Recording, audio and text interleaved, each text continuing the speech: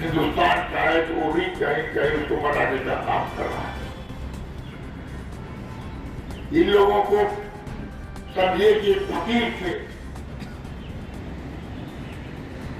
इनको इनकी किताबें लिखी हुई या उसको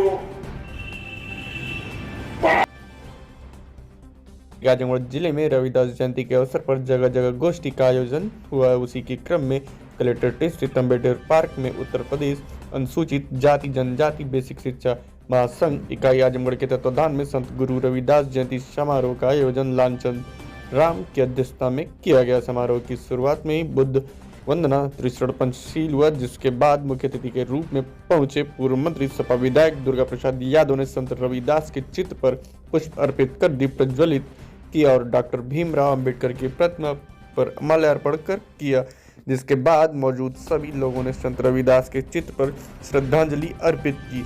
मुख्य अतिथि दुर्गा प्रसाद यादव ने संत रविदास के जीवन में प्रकाश डालते हुए कहा कि वे भक्ति कालीन संत और महान समाज सुधारक थे।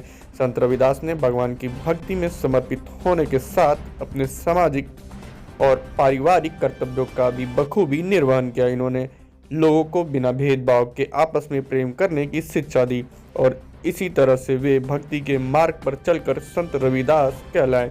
लालजी राम ने कहा कि संत रविदास ने कहा था कि मन चंगा तो कटौती में गंगा। हम काशी मथुरा हरिद्वार जाने की जरूरत नहीं है, हमें हमारे मन को मजबूत करने की आवश्यकता है, क्योंकि हमारा ईश्वर हमारे हृदय में बसता है। जिसके बाद वक्ताओं की कड़ी में सभी ने संत रविदास के जीवन पर प्रकाश डाला। इस दौरान जिलाध्यक्ष हरिहर राम, जिला कोषाध्यक्ष तहसीलदार राम, जिला मंत्री मिथिलेश कुमार, राजकुमार, वीरेंद्र यादव, धर्मवीर, बालकिशन, राजेश कुमार, श्यामलाल, साहब लाल चौधरी, धर्मवीर भारती, डॉक्टर सिद्धार्थ मदन भारती एवं अन्य गणमान्य लोग मौजूद रहे।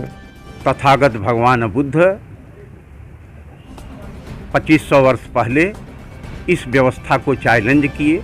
स्वर्ग नरक पाप पुण्य, जन्म मरण, पूर्व जन्म, चमत्कार, भाग्य, तकदीर, इसको जो है उन्होंने नकार दिया, ईश्वर को नकार दिया। उसी कड़ी में यह गुरु रविदास जी भी कहे कि मन रहे चंगा तो कठौती में गंगा।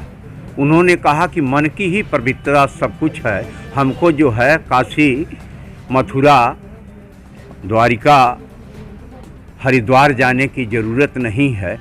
हमारा भगवान या हमारा ईश्वर इस हमारे हृदय में बैठा हुआ, इसलिए मन को चंगा करो, ढोंग पाखंड में मत फंसो।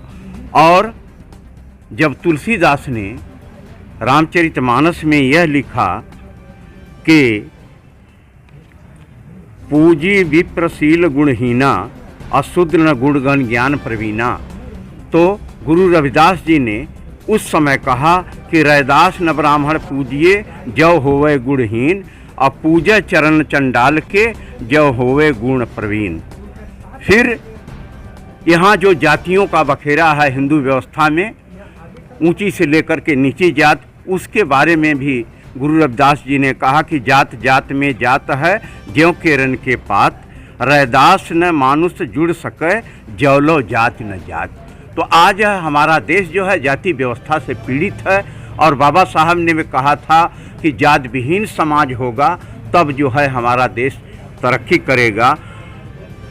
तो इस तरीके से वह तमाम चीज़ें जो है एक और उन्होंने कहा था वर्ण व्यवस्था के ऊपर कि रैदास एक ही बूंद सो भय जगत विस्तार, ऊंच नीच के विध भय बाभन और चमार।